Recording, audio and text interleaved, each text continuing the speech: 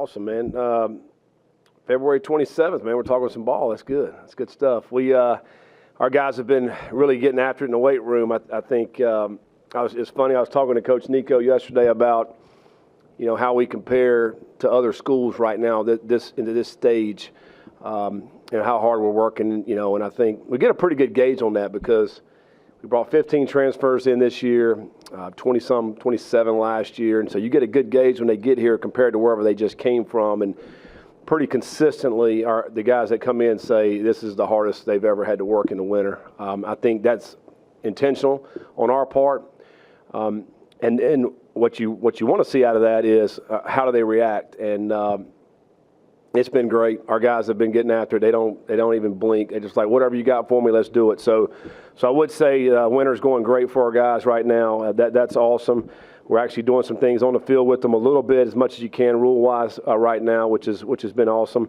And it's exciting because we're leading up to spring practice for us that is starting here in a couple weeks, and we're excited about getting that started. What we mentioned this earlier, but 15 transfers and 12 high school guys, so we get to see what they can do in spring practice, and that'll all be good. Certainly to add to the team that we got coming back. We feel like the guys we do have coming back are some outstanding players, and they're continuing to progress and get better as well.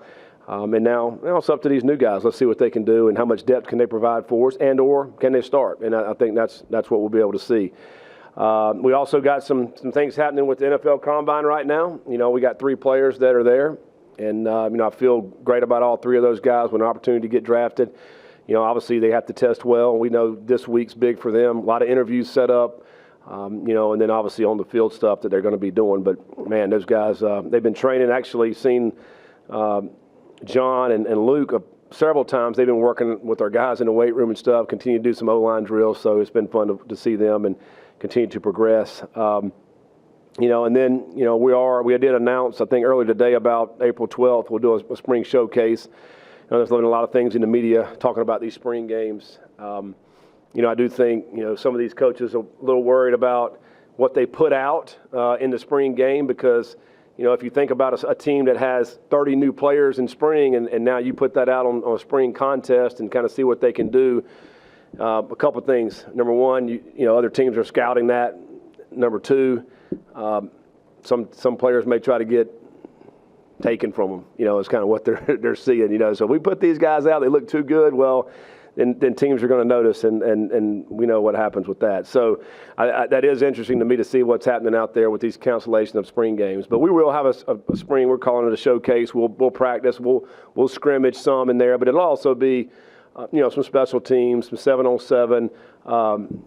So it'll be look more like a practice, but I also think obviously we'll do some 11-on-11 work, and so it'll be a good chance for fans to be able to come out and see some of the new guys, and then also we're going to do some autographs and that type of thing, some fan engagement.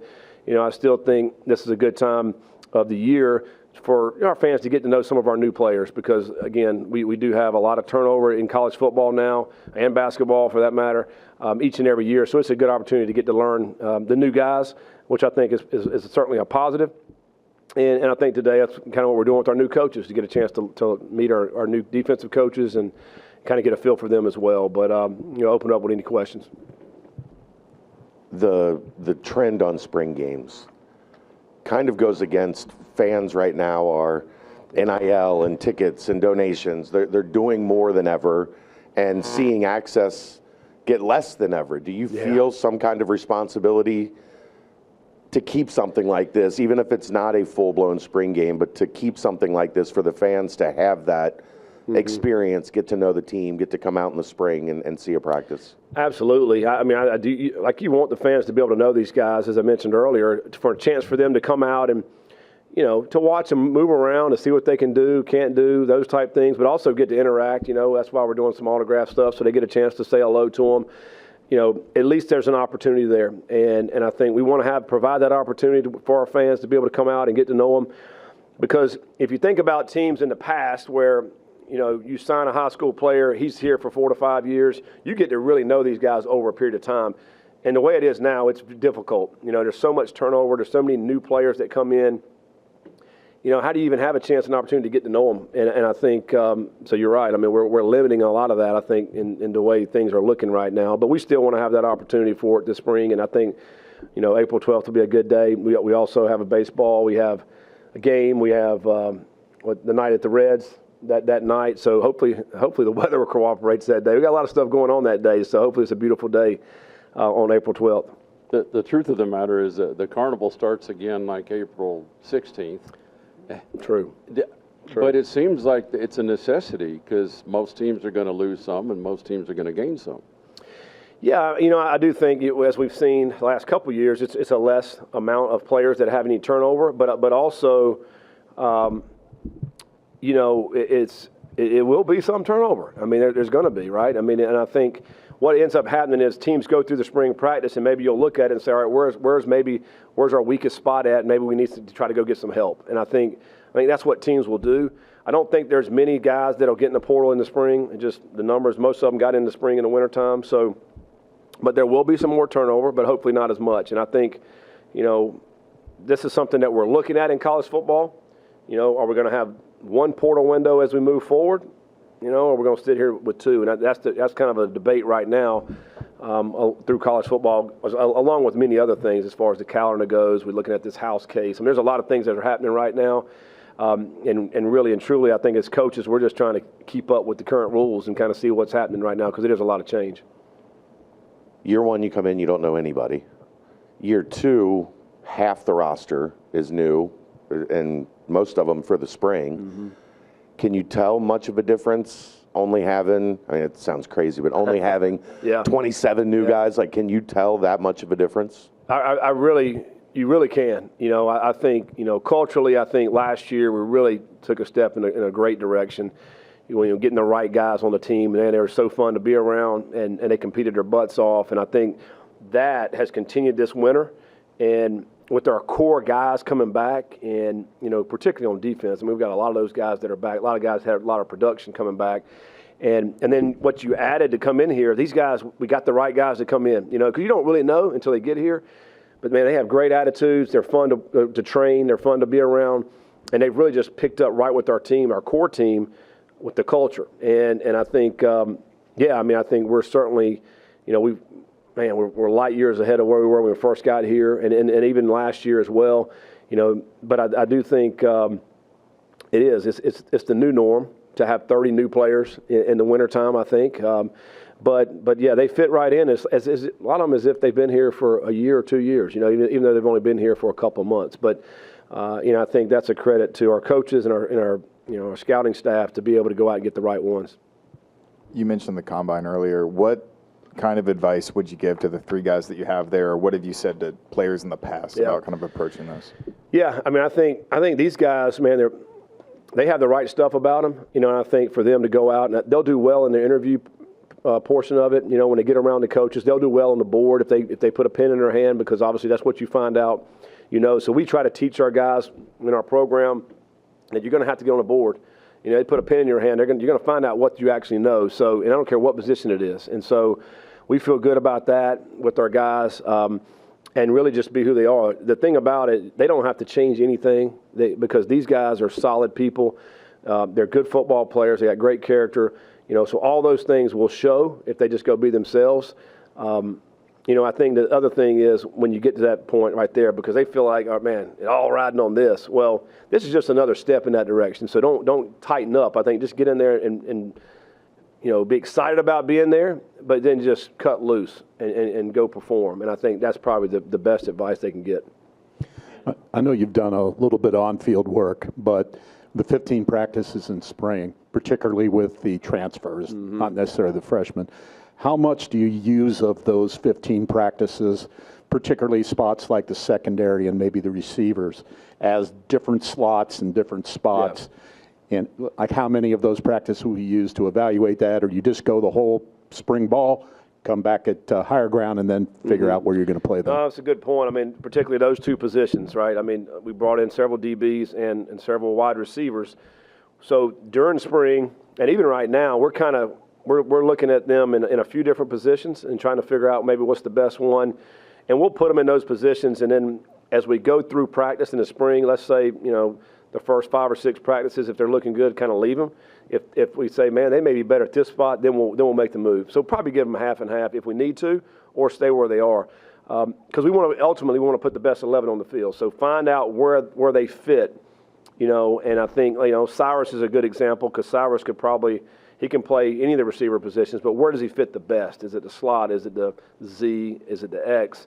And figure out, what's the best lineup to put in the field, put on the field at the one time. So that'll be the time to do that. We're doing a little bit of that now, but it's so early right now because we're just trying to teach them the basics of just lining up properly, learning the formations, learning the signals, learning all the things, and then go out and perform in the spring. But yeah, hopefully we'll have a great idea as we get in the middle of the spring to figure out where these guys will best help us.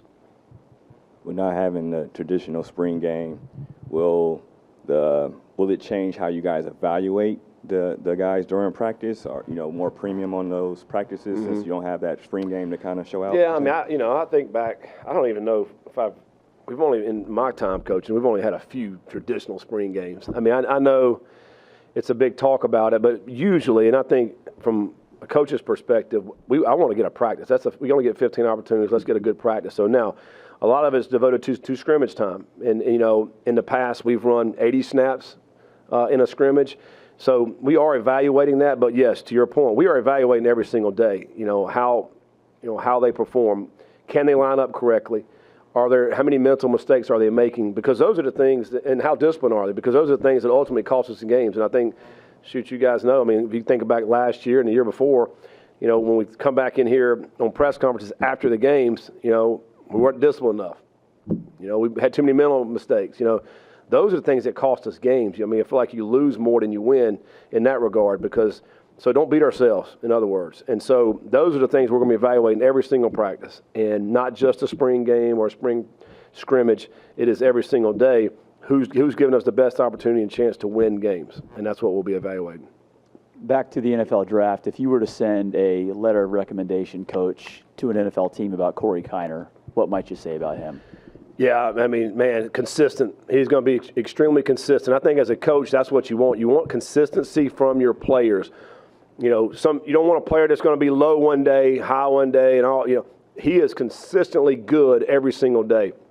You know what you're going to get out of him. He's going to be a guy who's going to break a lot of tackles. He's going to always strain for the extra yards. He's going to be great on third down in your protections. He's going to fit a linebacker up, put his nose right in the middle of his chest, and block him. And you just know you can count him to get those first downs.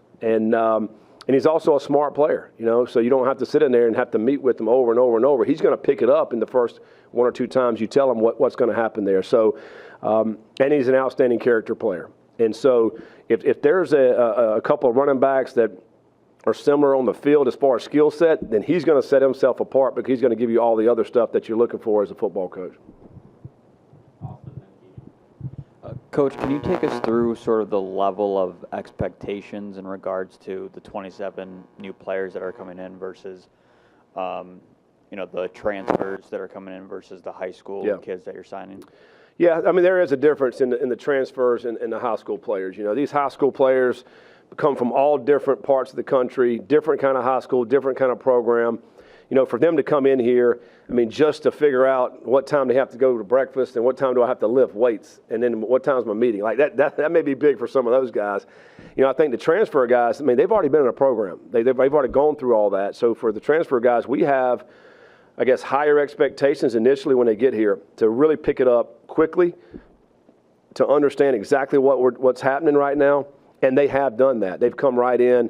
They know what the rigors are like in college. They know about the lifting and the running and nutrition, all those type things. It's just about them picking up on the terminology and then how we want them to play. And I think, that how quickly can they do that will determine whether or not how much they play. I think for the high school guys, man, again, we're just taking it slow with those guys. The way I see it, if these high school guys came in early, this is just gravy for us, for them. Because a lot of the guys normally come in the summer. Like, this is an extra opportunity to come in and to get work, change their bodies. I think we've already had several freshmen that have put on 10 pounds, 15, we've even 20 pounds since they gotten here, which is incredible to me. And so I think, It is. It's different to look at the transfer compared to the high school guy. We're looking at these transfer guys to come in and play. I mean, right now. Obviously the high school guys, we're a little bit more patient, and if they can help us this fall, certainly we'll play them. If they need a little bit more time to develop, then that's what we'll do as well with those guys. Who have you seen kind of emerge as possible leaders in the weight room or with the on-field drills so far in terms of transfers? In terms of transfers, Ty Wee's one that's really kind of stood out. And we just talked about Corey. There's a lot of similarities, with Ty Wee and Corey. Obviously they're both built similar. They have great size, great strength. Ty Wee's just as strong, if not stronger, than him. We've had some competitions in the weight room and on the field, and just in the last week, and he's really stepped up and won those competitions. And that's what you want to see. Now, it's not 3rd and 2. We're not handing the ball to him to see if he can break a tackle. But, this is just a little glimpse into what he's built like, and to see, you think that's going to translate onto the football field. We've seen it on the field, the film. He's had some really good film out there, but he's kind of been one that's kind of stood out in that regard. I think, a guy like McDoom has really done some good things at corner out there, but also just competing and running and lifting and all those type things. We got our first look at Rusnick, the kicker, the other day, kind of in front of everybody, and he looked really good, knocking some field goals down. So, I think each and every day, because we're just still learning about those guys, and that's what I'm looking forward to when you put the ball down. I was telling Coach Nico this the other day. A lot of these guys have done a great job in the weight room and the winter program stuff, but they still got to play football, right? So when we put the ball down, I want to be able to see what they can do. Can they make the plays? Can they do it? The wide receivers, Caldwell's looked great in some of the drills. Cyrus has looked really, really good. I think Xavier at safeties looked really good. So, there's several of them, but I'm anxious to see them when we put the ball down. How does the conditioning in the spring ball next year look like when you have the building open? Do you still sneak the guys out in the snow to toughen them up, or you've got a nice facility? Good question there. That'll be something we'll have to debate. But I don't necessarily worry about weather in the winter and spring as so much as in the summer and the fall, because we don't ever play games when it's wind chill's -5 degrees. We really haven't. And like it was 2 weeks ago, it was brutal out there, and the guys were out there doing it. So, no, I know it. I like it when it was like the other day it was 60 when we were out there. That's phenomenal. So, but I do think in the wintertime, the new facility is going to be incredible for us to be able to use next winter, because I think you really just want time with the guys to be able to get their workouts in. Now, I'm sure we're going to continue to play with them mentally, because that's what winters are all about. So there'll be days probably next winter when it's very cold and they're anticipating we're going into the indoor and we're going outside. So we're going to have to mess with their minds a little bit. So we'll continue to do that for sure. Final question for Coach. You were asked about high school players earlier. Yeah. Zion Johnson had some really, really impressive tape coming out of high school. Does he kind of have that skill set to just be a get the ball in his hands kind of guy as a true freshman, do you think? It's going to be interesting. It's hard to evaluate running backs in the winter without putting the ball down, because he looks good. He's running around. He can catch the ball. He's got good wiggle. He's decent size for a high school player just getting here. But until you put the ball down, hand him the ball, and, all right, these guys are trying to tackle you. Let's see what you really can do. We don't really know that, but I like what we've seen from him so far. I think Gio's another guy at wide receiver. He's really kind of turned some heads a little bit in this winter program. Like, he's come in and he runs good routes. He catches the ball well. He's looked really good, and I think those Zion, I'm glad you mentioned those two, because they really have looked good and kind of turned some heads of the coaches in the first month and a half. Looking at spring, yes, sir. How much more comfortable is this than it had to be fly by the seat of your pants last year, trying to catch up and learn everything? Much better is your grasp on what you have and what you're trying to accomplish? Sure, absolutely. I think the number one thing would be simply the routine that you develop over time when you're in one spot. So that's certainly been a positive.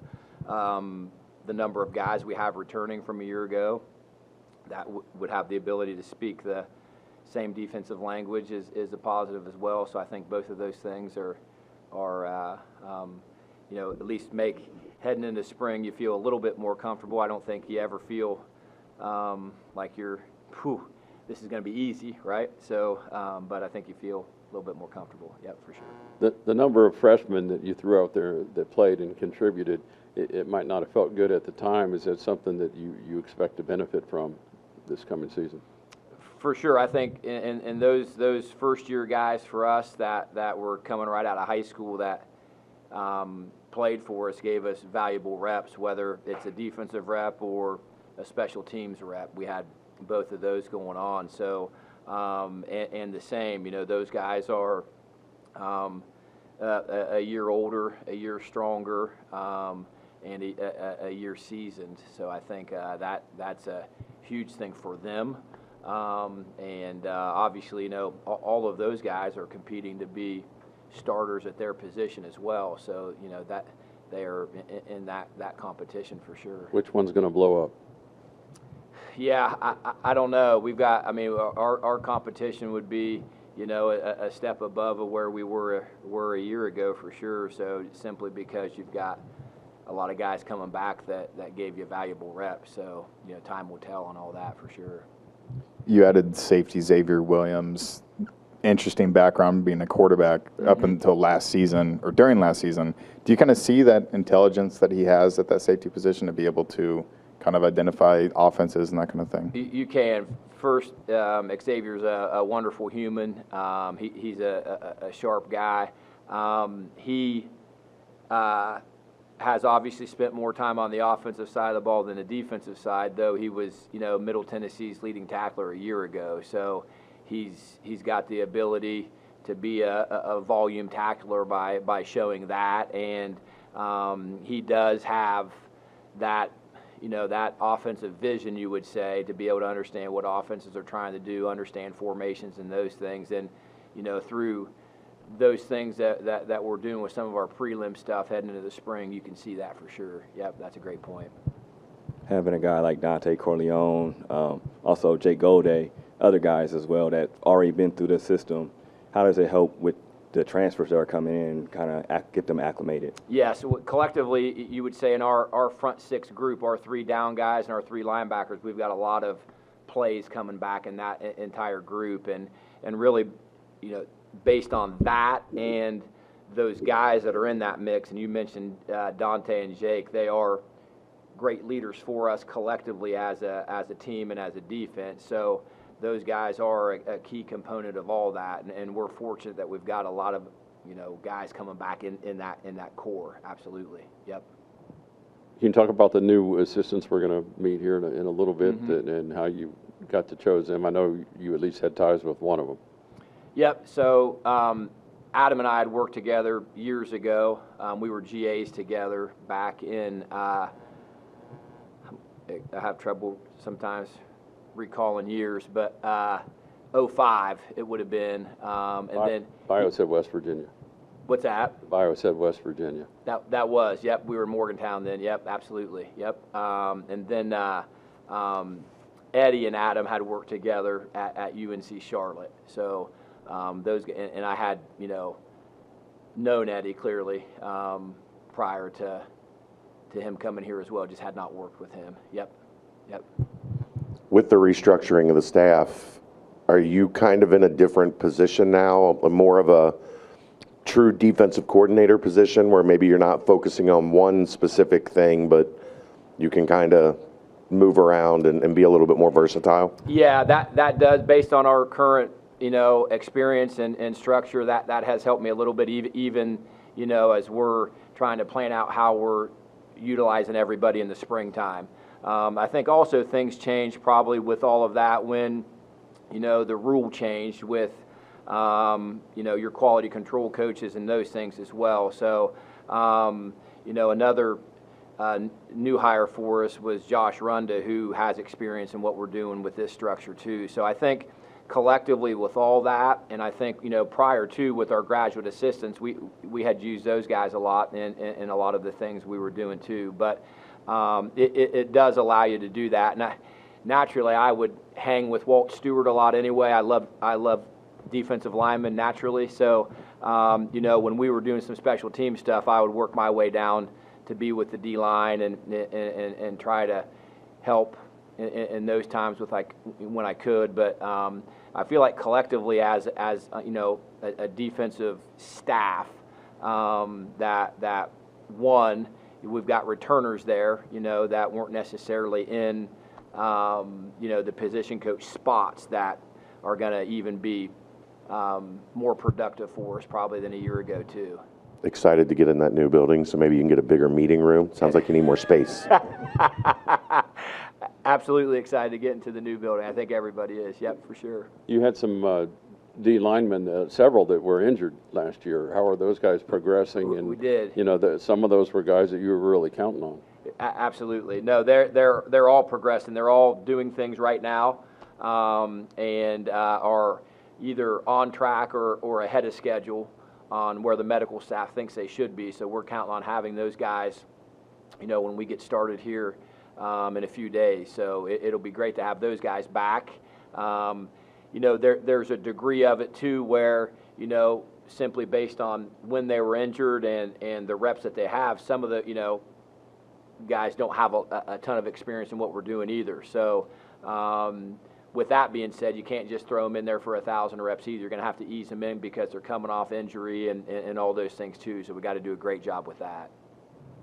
Should fans expect any position changes maybe when they come out for the April 12th spring game? Any guys moving around? Yeah, I don't know if we'll have any complete wholesale deals. We're going to, you know, and I said this to Chad the other night, part of what I think we're able to do right now is do that as we're simply practicing and installing and working different things a year into it. So we're going to shift and slide some guys into some different spots along the way, maybe within their position group and maybe without of it as well. So that's really what we're trying to get done now to sort those things out on. Simply, one, we want to be able to put guys maybe in a better position than they were at their position, knowing a little bit more about them. Two, I think we're also trying to continue to build depth and competition at all those positions. So through that mindset is how we will get to that, but we will definitely do that. Eddie, was it like riding a bike, getting back on campus here, or how much has it changed since you were here to kind of relearn everything? Right. I mean, no, it's always been a place, you know what I mean? Because my son was born here and I was an early coach, you know, in the process of, you know, but the process of getting back has been awesome. It's a lot of familiar faces. So, you know, just looking forward to, you know, we got this new building that's going up and everything. So, no, we're just looking forward to all of that. There's a picture of you at one of your stops with a wrestling belt. Is that something that's going to be reintroduced here? We'll see. You know that wrestling belt, for the most part, we just motivated our guys. You know, and it was whoever was having the best day. You know, they just ended up with the belt, and it was something to motivate them guys to see who was going to have the best day, you know, whether it was in one-on-ones or anything like that. So whoever graded out the best and whoever had the best day from a work hard standpoint, we just gave it out to them. Coach Braithwaite, you kind of left a defensive coordinator role to come here and be the safeties coach. What made you take that leap of faith and kind of going down a step but kind of being at a bigger program? Yeah, I think a combination of things. Relationships, number one. You know, I've had a strong relationship with Coach Veidt for a long time now. We GA'd together back in 2005 over at West Virginia. Have stayed friends through the profession for 20 years now without really having worked together. So the opportunity to come work with him. I also had some familiarity with some of the guys. Coach Hicks and I have worked together, Coach Dawkins. And a lot of guys that I've known are tied to coaches on this staff. So from a relationship standpoint and a staff standpoint, that was very appealing to me. And then, yeah, obviously I've been a coordinator mostly at the FCS level. So the opportunity to take a jump and get back into the Power 4 level was something that, you know, I've hoped that opportunity would present itself again. And it just so happened to be with someone that I've known. So I'm excited about that. I'm excited about, you know, seeing a new way of doing things. You know, this will be my first go-round in this defensive scheme. I've been fortunate through my career to have been around a lot of schemes and pick up a lot of ball and pick and choose. And but as a coordinator, you're largely doing what you do and what you know the most. And so whenever you get an opportunity to do something different and get outside of your comfort zone, I think has always been attractive for me. What was it about Coach Veidt and the time you spent with him that kind of left an impression on you that said this might be someone that I want to work for? Yeah, I mean, we were GAs together, and so we, kind of went through the fire together a little bit. And he had been a GA before. That was kind of my first go-round as I was just getting into the profession. So I have a lot of respect for the way that he handles himself, and his work ethic was something that jumped out to me right off the bat, and that I kind of tried to mold myself after from a work ethic standpoint. And then, you seem to hit it off with certain people.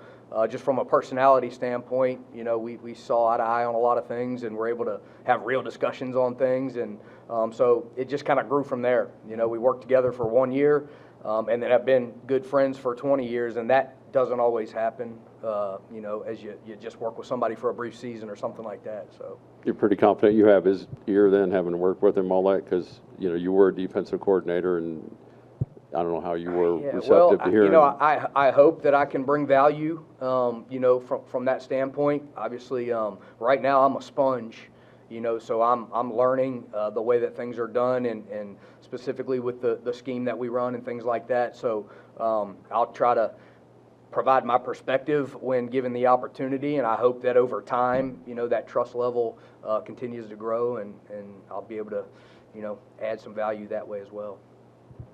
All right. For both of you, you guys have a previous relationship with the new system.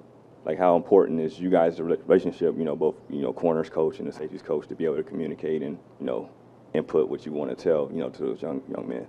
Right. No, very important. You know what I mean? So I think the biggest thing is, especially as a secondary, but as a staff, being on the same page is very important. And not just being on the same page. I always say being on the same page in the same book. So just making sure we're all on the same page, we're trusting each other. Everybody's opinion is good because, at the end of the day, we all want to win. And that's the good thing about, working with Coach before and, the previous spot is, everybody have good value, that we believe and that we bring to the table that we feel like can help us, continue to get better. I almost don't remember what the NIP looked like in 2013, but how different does it look to you from when you were here last? What was that? What? Nippert. The who? The stadium. Oh, the stadium. Oh, Nippert. Oh, man. Yeah. No, Nippert, I mean, the press box side is obviously bigger. I think that part, they built that part up a little bit. But I just remember Nippert being, packed, the fans being excited, being loud. I'm looking forward to seeing that again, right? Obviously, we got, some time before we do that. But, right now I've had a chance to go out there in Nippert with the guys. The guys are working out in Nippert, working hard. So, so just looking forward from that standpoint. But, it's pretty much the same, obviously, other than, that side going up. I know you guys have just been working out, not much, no pass or anything like that, of course. But has any of the guys stood out to you, especially in you guys' positions? Well, I mean, one thing I'll say that's really just impressed me about the whole group, not just our position, but I feel like our guys have a high capacity for work, and I feel like they love ball. And I think anytime you have those two things, I think you got a chance to really improve and be good. And so that's just a general overall statement that I've noticed there.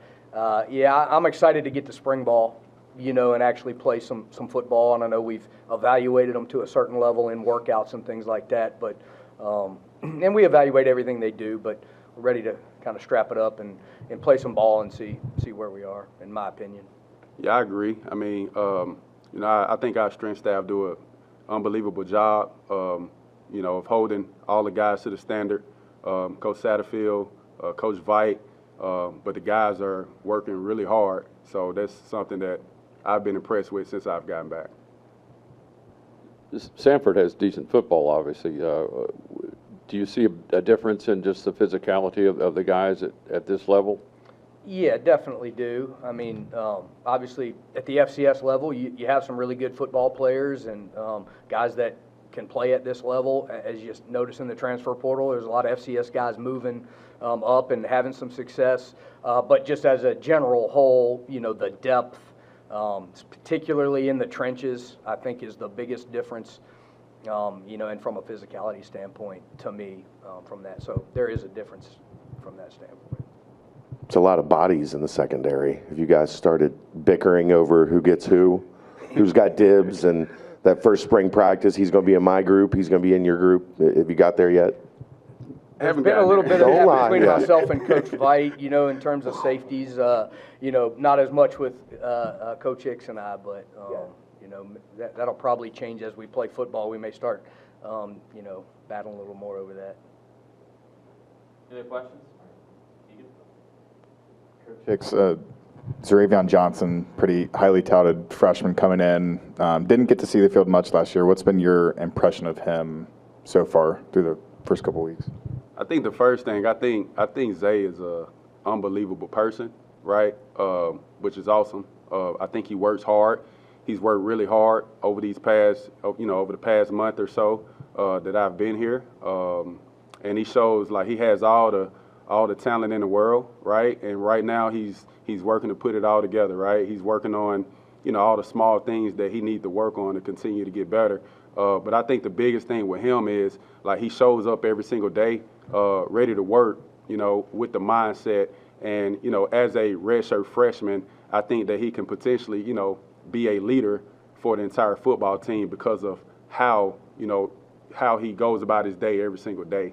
So he's doing an unbelievable job, and he's obviously going to have to grow up quick, but we'll see, and we're excited about Zay and see what he does, going into the spring. Any good B. Kelly stories we could use? No, I don't think I have any of those right now. Any other